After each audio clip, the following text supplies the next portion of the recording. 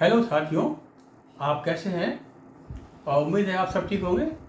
और आज मैं एक ऐसे विषय पे आपसे चर्चा करूंगा कि मैं कई दिनों से जहाँ जहाँ मिलने जा रहा हूँ लोगों से, एक विषय में देख रहा हूँ, ओवर थिंकिंग।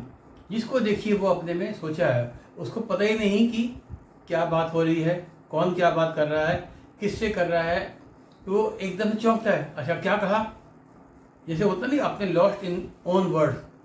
और सबको कोई ना कोई ओवर थिंकिंग है। किसी को बच्चे की पढ़ाई की, किसी को अपनी कहना चाहिए आमदनी की, किसी को अपना कि हमको मकान बनाना है, हमको बच्चे की शादी करनी है, एज बढ़ रही है, मतलब अपनी किसी को हेल्थ की ओवर थिंकिंग। देखिए थिंकिंग तो अच्छी है, जरूरी है, that is called positive thinking. But excess of anything is bad. तो हद से ज़्यादा कोई भी चीज़ खराब होती है, चाहे वो ओवर थिंकिंग हो, चाहे हमारी डाइट हो, चाहे हमारा कोई भी चीज़ हो, हद से ऊपर हमको नहीं करना है, वो खराब हो जाती है। अब देखिए ओवर थिंकिंग से नुकसान क्या होता है कि आदमी हर समय सोचता रहेगा, परेशान होगा, उसको नींद नहीं आएगी, कई बार चिड़चिड़ाएगा भी, उसको पता नहीं रहेगा हम काम क्या कर रहे हैं, दिमाग कहीं रहेगा, वो फिजिकली कहीं रहेगा, मेंटली कहीं रहेगा, और हर समय चिंता करेगा, और उसको नींद भी नहीं आएगी, बीपी बढ़ जाएगा, हाइपरटेंशन हो जाएगा, तरह तरह की बीमारियां हो जाएंगी। क्यों? हर समय सोच रहा है, ब्रूडिंग ब्रूडिंग सोच रहा है कि भाई वो। देखिए थिंकिंग अच्छी है, ओवर थिंकिंग बहुत खराब है, उससे हमारी सेहत खराब होती है। और चिंता, आपको पता है, लोग कहते हैं चिंता चिता दोनों खराब होती हैं। चिंता जिंदा को ख़त्म करती है और चिता मुर्दे को ख़त्म करती है। तो उस हिसाब से चिंता तो चिता से भी खराब है। तो हमको चिंता छोड़नी है, ओवर थिंकिंग छोड़नी है। अब वो कैसे छोड़नी है, आइए इस पर हम लोग चर्चा करते हैं। और आपसे रिक्वेस्ट है कि आप इस वीडियो को पूरा देखिएगा ताकि आपको पूरा लाभ हो।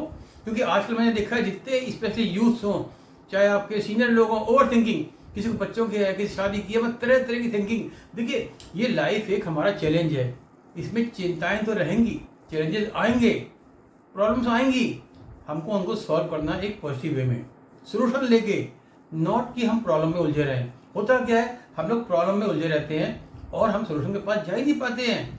और कई बार ऐसा होता है, जैसे हमने देखते हैं कि स्टडीज़ वगैरह में जब कोई ढंग से स्टडी करते हैं कि लोगों को पता ही नहीं कि प्रॉब्लम क्या है।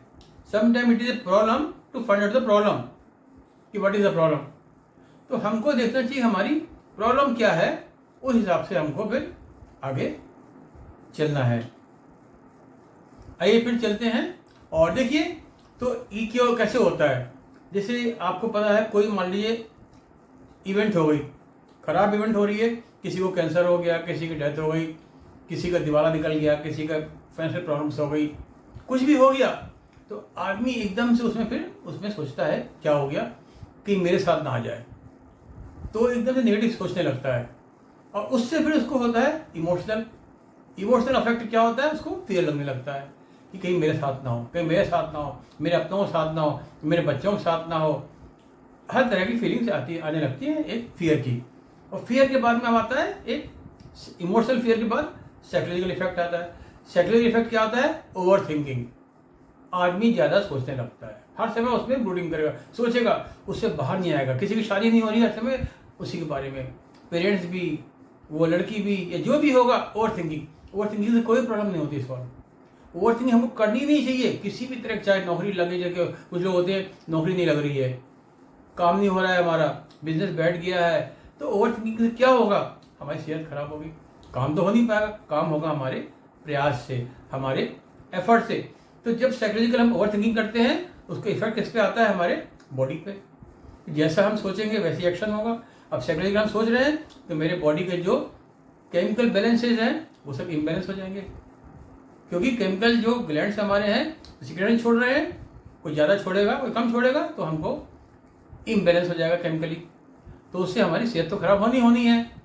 अब फिजिकल डिफरेंस क्या आएगा, फिजिकल इफेक्ट क्या आएगा, आदमी हर समय परेशान रहेगा, चिंता करेगा, सोचेगा, लोगों से मिलेगा नहीं, उदास रहेगा, सोएगा नहीं, चिड़चिड़ापन करेगा, कई बार रो भी देगा, गुस्सा भी करेगा, खाना भी नहीं खाएगा, लोग इसको क्या हो गया है, मतलब अपने को कई बार आइसोलेट में भी कर लेगा, डिप्रेशन में भी चला जाएगा।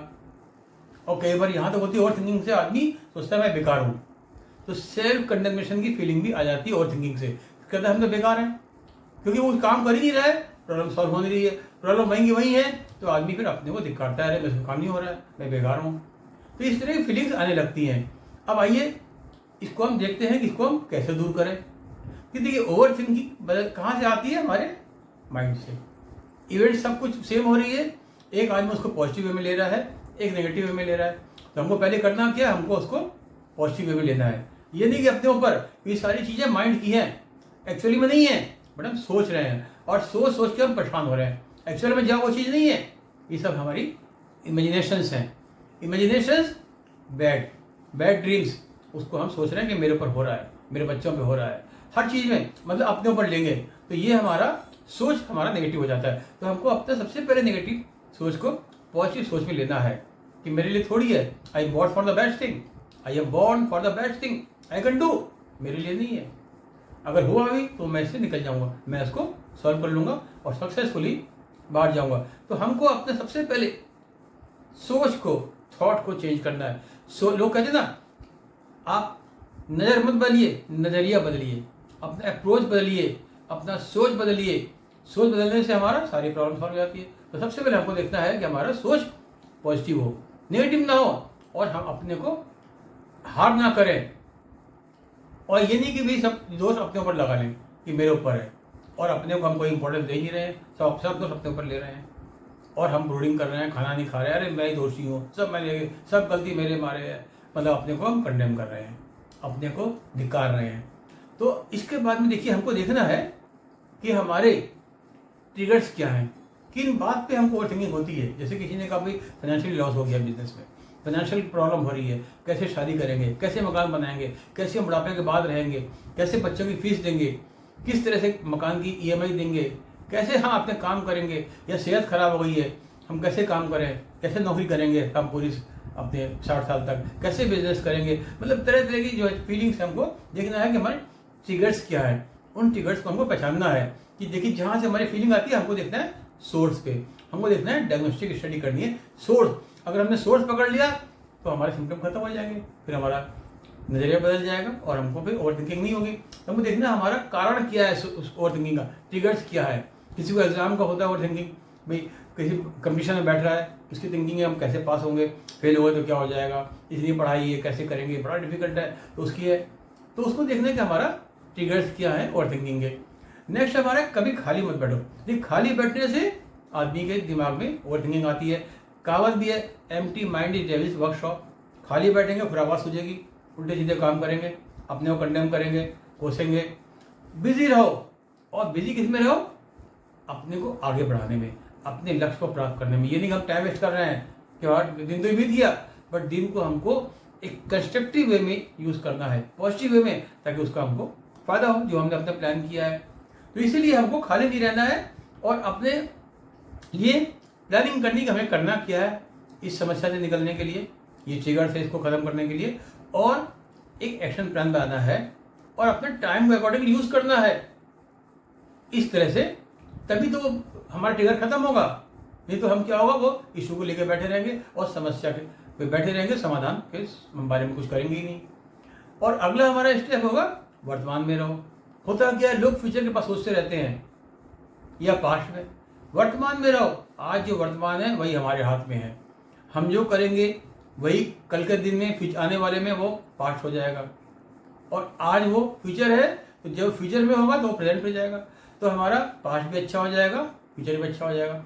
वर्तमान का एक एक क्षण हमको यूज़ करना है अपने लिए, अपने उद्देश्य के लिए, अपनी फैमिली के लिए, अपनी खुशी के लिए, अपनी सेहत के लिए, क्योंकि वो हमारे पास आज है, अगला मोमेंट जो गया, टाइम बाईगॉन इज बाईगॉन। एक है ना, time and tide wait for none, किसी का टाइम वेट नहीं करता है। आप सोचिए, टाइम सब कुछ आप खरीद सकते हैं, आप वक्त को दोबारा नहीं खरीद सकते हैं। एक बार वक्त गया तो गया, तो इसलिए उसको हमको पूरा यूज़ करना है, नहीं तो बाद में आदमी पछताता है। अब पछताए हो क्या, जब चिड़िया चुग गई खेत, टाइम निकल गया तो क्या पछताने होता है। तो हमको अपने समय की वैल्यू को समझना है और उसको अपने लिए यूज़ करना है, ना कि हमको समय को कोसना है कि अरे क्या कैसे टाइम काटे, क्या करें। उसको हमको इस्तेमाल करना, यूज़ करना है। देखिए जिसने समय को यूज़ किया पॉजिटिव वे में, कंस्ट्रक्टिवली, वो लाइफ में आगे बढ़ गया। जिसने नहीं किया समय को, समय की इंपॉर्टेंस नहीं पहचानी, वो वहीं के वहीं रह गया, अब आगे पछता रहा है। तो हमको अपने वर्तमान में रह के समय को पूरा पूरा यूज़ करना है। और हमारा अगला है अपनी फिजिकल फिटनेस। देखिए फिजिकली हम फिट रहेंगे तो हम मेंटली फिट रहेंगे, साउंड माइंड साउंड बॉडी। तो हमको अपना सुबह मेडिटेशन वगैरह भी करना है ताकि हमारा बिल्कुल शांत चित्त रहे, पीसफुल रहे।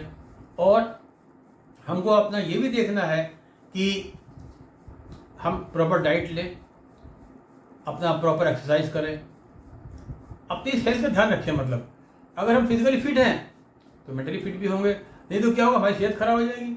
और हर चीज़ आदमी सेहत से करता है। जब सेहत खराब है तो अपने लाइफ के गोल को अचीव नहीं कर पाएंगे, कुछ काम नहीं कर पाएंगे, फिजिकली वीकेंड जा नहीं पाएंगे, कुछ नहीं कर पाएंगे हम। हर आदमी अपनी बॉडी से करता है, तो हमको अपनी बॉडी को बिल्कुल फिट रखना है। ये हमारी ड्यूटी है कि हमको अपनी बॉडी फिट रखनी है। बॉडी फिट रखेंगे तभी हम कुछ काम करेंगे और हम अपना जो हमारी ओवर थिंकिंग का कारण है उसको हम दूर करेंगे।